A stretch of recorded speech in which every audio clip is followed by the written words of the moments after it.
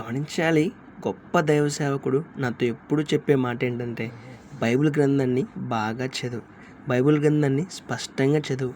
Bible గ్రంథాన్ని వివరంగా చదువు. కారణం ఏంటి? కారణం ఏంటంటే బైబిల్ గ్రంథాన్ని మనం స్పష్టంగా చదవడం ద్వారా తప్పుడు బోధనలు మనకు అర్థమవుతాయి. సందర్భాన్ని బట్టి మనం స్పందిస్తాం. దేవుని మనస్సు మనకు అర్థమవుతుంది. దేవుని చేత నడిపించబడతాం. ఆత్మలకు తగిన ఆహారాన్ని మనం అందించగలం. దేవుని రాజ్య వ్యాప్తికి మనము ఉపయోగపడగలం. పాపమును జయించగలం. దేవుని యొక్క మెప్పును మనం పొందుకుంటాం.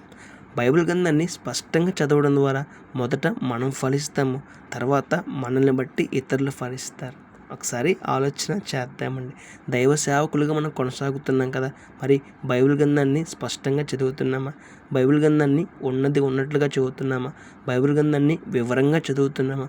బైబిల్ గ్రంథాన్ని ఎక్కువసార్లు చదువుతున్నామా? ఒకసారి ఆలోచన చేద్దాము. బైబిల్ గ్రంథాన్ని చదువుదాం. తప్పుడు బోధన తెలుసుకుందాం. సందర్భాన్ని బట్టి స్పందిద్దాం. దేవుని మనస్సును అర్థం చేసుకుందాం. దేవుని చేత నడిపించబడదాం. ఆత్మలకు తగిన ఆహారాన్ని అందిద్దాం. దేవుని రాజ్య వ్యాప్తికి ఉపయోగపడదాం. రేపటి దిన శ్రేష్టమైన ఆశీర్వాదాన్ని పొందుకుందాం.